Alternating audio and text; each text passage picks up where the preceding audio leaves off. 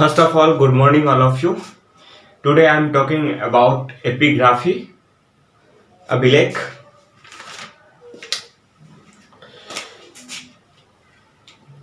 तो चलिए, पिछले क्लास में जो है पिछले वीडियो में हम लोग देखे थे ऐतिहासिक काल को पढ़ने के लिए मुख्यतः 3 आधार होते हैं, जो कि पुरातात्विक स्रोत बताए थे, विदेशी यात्री का जो है यात्रा वृत्तांत, फिर उसके बाद का था साहित्यिक स्रोत। तो फर्स्ट में था हम लोग पुरातात्विक स्रोत में 2 स्रोत ऐसे थे जिसमें सिक्का और अभिलेख को पढ़ना था, जो कि सिक्का के बारे में आप लोग को बता चुके हैं। फिर आज जो हम लोग पढ़ेंगे एपिग्राफी, अभिलेख के बारे में पढ़ेंगे। तो देखिए, एपिग्राफी के बारे में आज हम लोग डिस्कस करते हैं, इसको हिंदी में अभिलेख कहते हैं। तो एपिग्राफी जो होता था, ये एपिग्राफी में आपको एक शिलालेख, स्तंभ लेख, भित्ति लेख, गुफा लेख, ये सब होता था। तो देखिए, अभिलेख जो है यह शिलालेख, स्तंभ लेख, भित्ति लेख, गुफा लेख का जो है मिला जुला रूप अभिलेख कहलाता है। जैसे देखिए, जब आप अभिलेख को, जैसे शिलालेख या भित्ति लेख और ये स्तंभ लेख है, इसको आप अभिलेख बोल सकते हैं। लेकिन अभिलेख के ये सब प्रकार हैं, शिलालेख, स्तंभ लेख और भित्ति लेख और गुफा लेख, ये सब प्रकार है। तो जैसे देखिए, इसमें डिफरेंस क्या है शिलालेख, स्तंभ लेख, भित्ति लेख में, इसका डिफरेंस बताते हैं। लेकिन यदि कोई सा भी लेख है, शिलालेख हो या स्तंभ लेख, उसको आप अभिलेख बोल सकते हैं। तो जैसे देखिए, शिलालेख क्या होता था, ये शिलालेख जो है ये पत्थर पर लिखा हुआ होता था। जैसे किसी राजा को अपना संदेश देना होता था, तो पत्थर पर, अभी तो छेनी हथौड़ी से मतलब उसको खोदा जाता है, किसी ढंग से जो है उसको खुदवा करके अपना संदेश एज ए नोटिस समझिए वो लिख देते थे। तो अपने संदेश को लिखने के लिए शिलालेख, स्तंभ लेख, भित्ति लेख सब का प्रयोग करते थे। शिलालेख जो होता था ये पत्थर का बना होता था, ये रेक्टेंगुलर आकार में होता था, ये पत्थर का बना होता था जैसे ऐसे, और आप इस पे जो है संदेश लिखा जाता था, ये शिलालेख होता था। शिलालेख क्या चीज का होता था? पत्थर का होता था। जैसे अभी देखिएगा, विधायक या सांसद यदि किसी सड़क सब का उद्घाटन करते हैं किसी जगह, तो उस पे जो है वो लिख दिया जाता है। तो इसी प्रकार से ये शिलालेख होता था। फिर नेक्स्ट आता है स्तंभ लेख। ये स्तंभ लेख देखिए कैसा होता था। स्तंभ मतलब स्तंभ, मतलब पिलर के आकार का होगा, तो ये पिलर के आकार का होता था स्तंभ लेख। और इस पे जो है राजा अपना संदेश लिखते थे, अपना नोटिस लिखते थे, तो ये स्तंभ लेख होता था। जैसे आपको अभी दिखा देते हैं स्तंभ लेख कैसा होता था। जैसे अशोक स्तंभ के बारे में आप सुने होंगे सारनाथ में। तो ये फिगर जो देख रहे हैं ये क्या है? ये अशोक स्तंभ है। तो ये क्या था? स्तंभ मतलब स्तंभ लेख। तो ये भी एक प्रकार का सब जो है अभिलेख ही है, लेकिन उसके प्रकार है ये स्तंभ लेख। तो अशोक स्तंभ के बारे में ये स्तंभ लेख। तो अशोक क्या किए थे? अपना संदेश जो लिखे थे ये स्तंभ पे लिखे थे, तो ये स्तंभ लेख हो गया। फिर आता है भित्ति लेख। ये भित्ति लेख किस पे लिखा होता था? भित्ति लेख दीवार पे लिखा होता था। आप यदि अभी भी दीवार पे देखते होंगे कुछ न कुछ लिखा जाता है, तो अभी पेंट से लिखा जाता है, जो कि आप किसी चीज का प्रचार करना होता है तो प्रचारक जो है दीवार पे लिख देता है।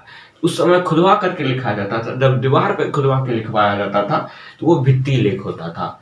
फिर है गुफा लेख, जो गुफा के अंदर जो लिखा जाता था वो गुफा लेख हो गया। तो ये आपको अभिलेख के बारे में समझ में आ गया होगा। तो ये 3-4 प्रकार के होते थे, जिसको चारों को कुल मिला करके हम अभिलेख बोल सकते हैं। चारों को यदि हम अंतर नहीं समझ पाते हैं तो उसको अभिलेख बोल सकते हैं। लेकिन शिलालेख, स्तंभ लेख, भित्ति लेख, गुफा लेख, ये सब प्रकार होता था अभिलेख का। तो यहाँ यदि हम चर्चा नहीं करेंगे अभिलेख के बारे में, अभिलेख के बारे में जैसे बहुत सारे अभिलेख हैं, किसने लिखवाया, ये सब चर्चा जो करेंगे हम। जैसे जैसे हम वंशज को पढ़ेंगे, जैसे मौर्य वंश, फिर आता है फिर मौर्य वंश, कुषाण वंश, सातवाहन वंश, ऐसे ऐसे कई वंश आएंगे जिसमें राजा होते हैं जो अभिलेख लिखवाए, अपना संदेश लिखवाए, एज अ पत्थर के रूप में, मतलब दीवार के रूप में पिलर पे लिखवाए खुदवा करके। तो उस समय हम लोग पढ़ेंगे, यहाँ डिस्कस उतना हम लोग नहीं करेंगे, तो वही हम लोग चर्चा कर लेंगे जब हम लोग वंशज और राजा को पढ़ेंगे। चलिए, उसके बाद जो है हम लोग ऐतिहासिक काल में पुरातात्विक साक्ष्य का जो है ये खत्म हो गया। जैसे आपको सिक्का और अभिलेख था वो खत्म हो गया। फिर नेक्स्ट उसका टॉपिक आता है विदेशी यात्री। विदेशी यात्री जो आए, भारत का यात्रा किए या अपने यात्रा वृत्तांत के बारे में चर्चा किए, वो अपना पुस्तक लिखे, उसके बारे में अब हम लोग चर्चा कर लेते हैं। देखिए, विदेशी यात्रा का यात्रा वृत्तांत जो था, इसको जो हम लोग पढ़ेंगे, इसको 3-4 आधार मान करके चलेंगे ताकि हमको याद रहे। नहीं तो ऐसे कई यात्रा आए, जो कोई चाइना से आए, कोई यूरोप से आए, कोई मोरक्को से आए, कोई सऊदी अरब से आए। ये तो आए हैं और किस अपना अपना पुस्तक लिखे और भारत के बारे में चर्चा किए और किसी के दरबार में आए। तो इसका जो है ऐसे हम लोग याद रखेंगे तो भूल सकते हैं। तो इसको 3-4 आधार बना लिए ताकि हमको याद रहे। 3-4 आधार क्या बना लिए, देखिए। फर्स्ट ऑफ ऑल इसको हम इंटरनेशनली फेमस जो था, जो राइटर जो थे, जो विदेशी यात्री थे, जो इंटरनेशनली फेमस है, उनको हम एक आधार माने, उसका नाम यहाँ इंडिकेट किए। फिर सेकेंड में जो यूरोप से आए थे उसको इंडिकेट किए, यहाँ लिखे। फिर थर्ड में हम जो चाइना से यात्री आए थे भारत, उसके बारे में लिखे। फिर जो एक अलग कर दिए जो मुस्लिम यात्री थे, उसके बारे में यहाँ लिख दिए। ठीक है, 4 आधार हम लोग मान के चले ताकि हम लोग को याद रहे। तो देखते हैं इंटरनेशनली फेमस में कौन कौन था। तो सबसे पहला देखिए, हेरोडोटस का नाम आप लोग जानते होंगे, जो खुद हम लोग इतिहास पढ़ रहे हैं तो इतिहास के फादर माने जाते हैं हेरोडोटस। इन्होंने एक पुस्तक लिखा, हिस्टोरिका। कौन सा पुस्तक? हिस्टोरिका से ही हिस्ट्री बना हुआ है। तो ये इंटरनेशनली फेमस था हेरोडोटस। सेकंड है प्लिनी जो है ये नेचुरल हिस्टोरी का लिखा। Herodotus Historica, Pliny natural Historica. फिर थर्ड एक पुस्तक है जो कि विश्व में बहुत ज्यादा प्रचलित था, लेकिन उसके पुस्तक का लेखक कौन है ये अभी तक पता नहीं चला, बिकॉज उस पुस्तक पे जो है राइटर का नाम नहीं लिखा था। लेकिन अभी जो लिखा जाता है तो वो राइटर क्या करते हैं, ये H.C. वर्मा, जो भी जिसका पुस्तक वो अपना लिख देते हैं, राइटर का नाम लिख देते हैं। लेकिन यह एक ऐसा पुस्तक था जो विश्व फेमस था, लेकिन उस पर राइटर का नाम नहीं लिखा हुआ था। वो कौन सा पुस्तक था? पेरिप्लस ऑफ द एरिथ्रियन सी। कौन सा पुस्तक? पेरिप्लस ऑफ द एरिथ्रियन सी। एक ऐसा पुस्तक था जिसपे राइटर का नाम अंकित क्या हुआ नहीं है, अज्ञात है। ये विश्व फेमस था। फिर आता है टॉलमी। ये ज्योग्राफिका नामक पुस्तक लिखा टॉलमी। इन्होंने कहा कि सूर्य जो है पृथ्वी का चक्कर लगाती है। सूर्य पृथ्वी का चक्कर लगाती है। ये पृथ्वी है और इसका जो है सूर्य चक्कर लगाती है चारों साइड। लेकिन वास्तव में आकर के आगे चल के एक साइंटिस्ट होते हैं कोपरनिकस, उन्होंने जब इसका खूब सर्च किए, इस पर रिसर्च किए, तब पता चला वास्तव में सूर्य पृथ्वी का चक्कर नहीं लगाती है। सूर्य पृथ्वी का चक्कर नहीं लगाती है, पृथ्वी सूर्य का चक्कर लगाती है। पृथ्वी सूर्य का चक्कर लगाती है, सूर्य पृथ्वी का चक्कर नहीं लगाती है। तो इसका जो कथन था वो गलत मान लिया जाता है कि सूर्य पृथ्वी का चक्कर नहीं लगाती है, पृथ्वी सूर्य का चक्कर लगाती है। आगे इसका कथन में सुधार करते हैं कौन? कोपरनिकस आकर के। लेकिन पुस्तक तो ये लिख के चले गए थे, चाहे गलत लिखे या सही लिखे। इसका नाम हो गया विश्व प्रसिद्ध, ये ज्योग्राफिका लिख के गए थे। ठीक है, तो इंटरनेशनली फेमस में हमको याद रह जाएगा हेरोडोटस, हिस्टोरिका, नेचुरल हिस्ट्री, ये प्लिनी। फिर अज्ञात एक पुस्तक है पेरिप्लस ऑफ द एरिथ्रियन सी, ये याद हो जाएगा। फिर टॉलमी का ये ज्योग्राफिका। फिर हम लोग नेक्स्ट देखते हैं जो यूरोप से यात्री आए थे, उनमें 2 मुख्य नाम हैं, जिसमें आपको मार्को पोलो, ये इटली से आए थे।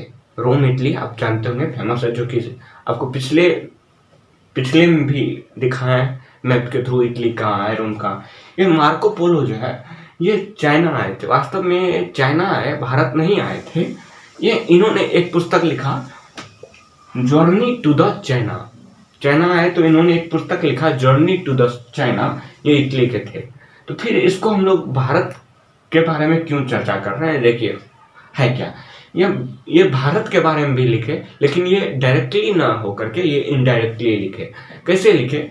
यहाँ जो पर्यटन यात्री आते थे उनसे कुछ न कुछ जानकारी लेकर के जो है ये लिखे भारत के बारे में। तो ये भारत के बारे में भी चर्चा किए हैं। कौन? मार्को पोलो, जो इटली के थे, मतलब यूरोप से थे। फिर आता है मेगास्थनीज, जो कि यूनान के थे। यूनान किधर है? उधर ही है, यूरोप में ही है। तो ये इंडिया है। एक पुस्तक लिखे इंडिका। ये किसके समय आए थे देख लीजिए, ये चंद्रगुप्त मौर्य के समय आए थे। मेगास्थनीज चंद्रगुप्त मौर्य के समय आए थे। और किसके साथ आए थे? आपको पता होगा कि सिकंदर जो भारत आए थे, उसका सेनापति कौन था? सेल्यूकस निकेटर के साथ ये लेखक आए थे। मेगास्थनीज ये यात्री आए थे, मेगास्थनीज आए थे सेल्यूकस निकेटर के साथ। जब सेल्यूकस निकेटर के साथ आए तो इन्होंने एक पुस्तक लिखा इंडिका। तो ये इसमें जो है ये भारत के बारे में चर्चा की। वास्तव में जो सेल्यूकस निकेटर आए थे, सिकंदर जो आए थे, वो इस समय जो भारत में चंद्रगुप्त मौर्य था, उस भारत में जो है महाजनपद काल चल रहा था। चंद्रगुप्त मौर्य जो है को मारने आए थे। सेल्यूकस निकेटर चंद्रगुप्त मौर्य को मारने आए थे, लेकिन बाद में थुरा के चले जाता है। तब पता चलता है सेल्यूकस निकेटर का ही जो है वो पुत्री से विवाह कर लेता है चंद्रगुप्त मौर्य, और बदले में साथ साथ दहेज भी देना पड़ता है सेल्यूकस निकेटर को। पाकिस्तान अफगानिस्तान का जो क्षेत्र होते हैं उनको दहेज में देना पड़ता है चंद्रगुप्त मौर्य को। तो इसलिए जो है सिकंदर महान उधर सब जगह जीतते आते हैं, उसको विश्व विजेता कहा जाता है। लेकिन भारत में आकर के चंद्रगुप्त मौर्य के सामने आकर के वो हार जाते हैं, फिर उसको वापस लौटना पड़ जाता है। फिर बाद में सेल्यूकस निकेटर जो उनके सेनापति हैं, वो खुद अपनी पुत्री से विवाह करवा देते हैं चंद्रगुप्त मौर्य का। तो मेगास्थनीज हो गया, जिसमें जो पुस्तक लिखे हैं इंडिका। अब हम लोग चलते हैं इधर, जो चाइना के यात्री थे, चीन से आए हुए थे, उसमें पहला नाम है फायान का। ये जो पुस्तक लिखे फो क्यूकी, आप जानते होंगे चाइना सबका नाम ऐसा ही होता है, फो क्यूकी, सी क्यूकी, डी यूकी, ऐसे कुछ नाम होता है चाइना का।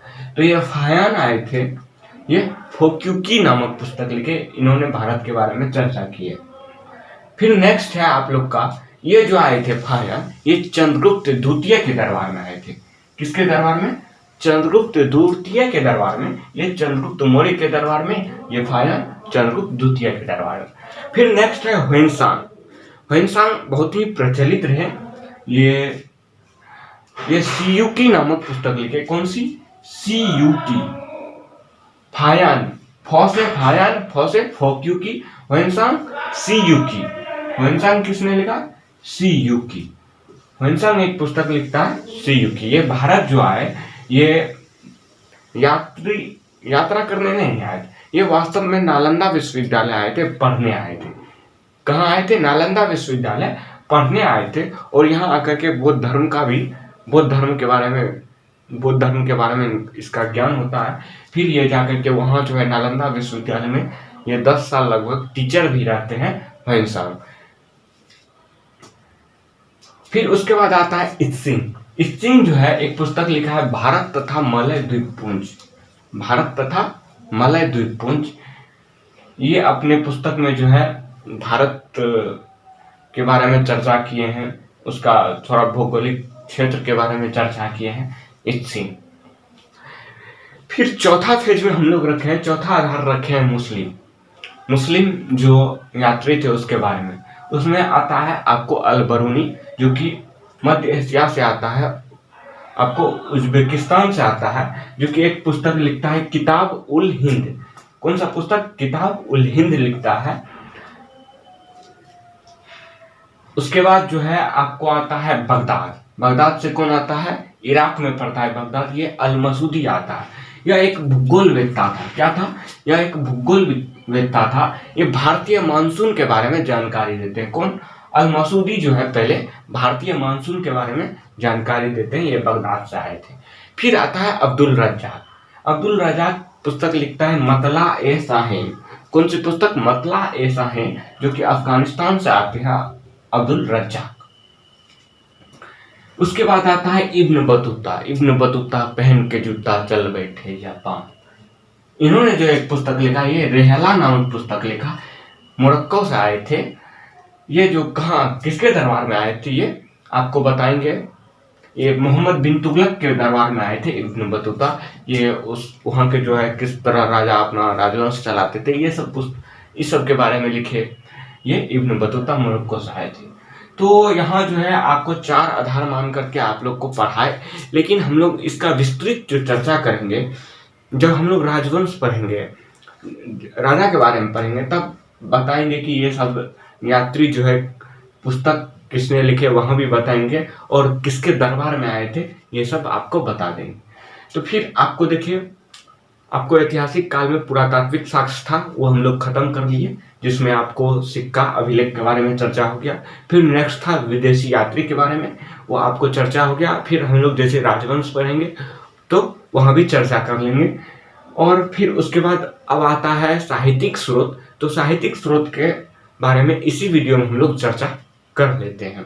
तो देखिए अब हम लोग साहित्यिक स्रोत के बारे में साहित्य के बारे में देखिए, साहित्य में 2 प्रकार के पुस्तक आते हैं, एक गैर धार्मिक एक धार्मिक। जिसमें धर्म के बारे में चर्चा हो वो धार्मिक पुस्तक हो गया, जिसमें जो है धर्म के बारे में चर्चा ना हो वो गैर धार्मिक पुस्तक हो गया। जैसा कि गैर धार्मिक में देखिए विष्णु शर्मा का है पंचतंत्र। पंचतंत्र पुस्तक जो है ये विष्णु शर्मा का है, जो कि गैर धार्मिक है। फिर आप ले लीजिए अर्थशास्त्र, जो कि कौटिल्य के द्वारा लिखा गया, ये गैर धार्मिक पुस्तक है। ये जो है पॉलिटिक्स पे आधारित है पुस्तक। कौन? अर्थशास्त्र। कौटिल्य का एक नाम विष्णुगुप्त भी है, चाणक्य है। तो ये पंचतंत्र, अर्थशास्त्र, ये सब जो है गैर धार्मिक पुस्तक था, ये आधार थे साहित्य का। फिर एक धार्मिक में देखिए, धार्मिक में जो कि धर्म माना जाता है, आपको जैन धर्म, बौद्ध धर्म, ये सब हिंदू धर्म, ये सब धर्म है। कौन कौन? जैन, बौद्ध, हिंदू। अब तो एक धर्म और भी आ गया जिसको इस्लाम धर्म कहते हैं। इसके पुजारी, इसको फॉलो करने वाले कौन होते हैं? मुसलमान। तो ये इन सब धर्मों का पुस्तक जो है धार्मिक पुस्तक होगा, जो साहित्य में हम लोग पढ़ेंगे। जैसे जैन धर्म के पुस्तक में आप पढ़ेंगे 12 अंग, 12 अंग, 12 उपांग, ये सब क्या थे? जैन धर्म के पुस्तक थे। देखिए जैन धर्म को उतना लोग फॉलो इसलिए नहीं करते क्योंकि उसका जो है कठिन कार्य सब होता है, मतलब बहुत कठिन रूप से फॉलो करने वाला चीज सब होता है, इसलिए जैन धर्म को उतना फॉलो नहीं किए। और बौद्ध धर्म का पुस्तक के बारे में आप चर्चा करेंगे तो ये बौद्ध धर्म में आता है आपको अंगुत्तर निकाय, अंगुत्तर निकाय।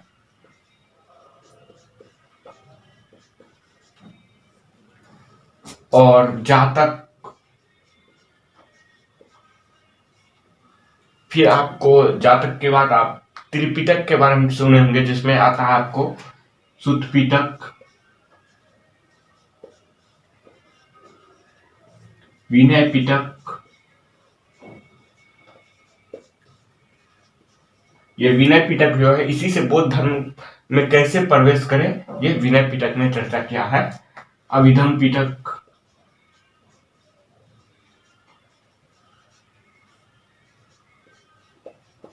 ये तीनों मिला के जो है त्रिपिटक कहलाता है। क्या कहलाता है? त्रिपिटक। और भी बौद्ध धर्म के पुस्तक है। अब जैसे हिंदू में पुस्तक का नाम बोलिए, हिंदू में आपको पुराण, महाभारत, गीता। ये जो गीता है महाभारत का ही अंग है, जिसमें श्री कृष्ण जी के उपदेश लिखे होते हैं। तो महाभारत में जो बात बोले थे वही गीता में लिखा गया है। और रामायण और कई सारे वेद हैं, ऋग्वेद, सामवेद, यजुर्वेद, ये सब हैं। तो ये सब हिंदू धर्म के पुस्तक हो गए। फिर आपको इस्लाम धर्म में कुरान,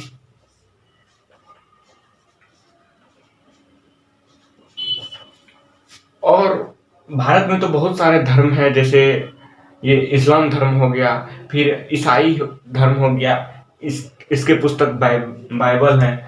तो ये सब सारे पुस्तक थे जिनसे जो है ऐतिहासिक कालखंड को लिखा गया। कुछ धार्मिक पुस्तक थे, कुछ गैर धार्मिक पुस्तक थे। तो इन सब को लेकर के, इन सब को पढ़ करके जो है ऐतिहासिक कालखंड को लिखा गया।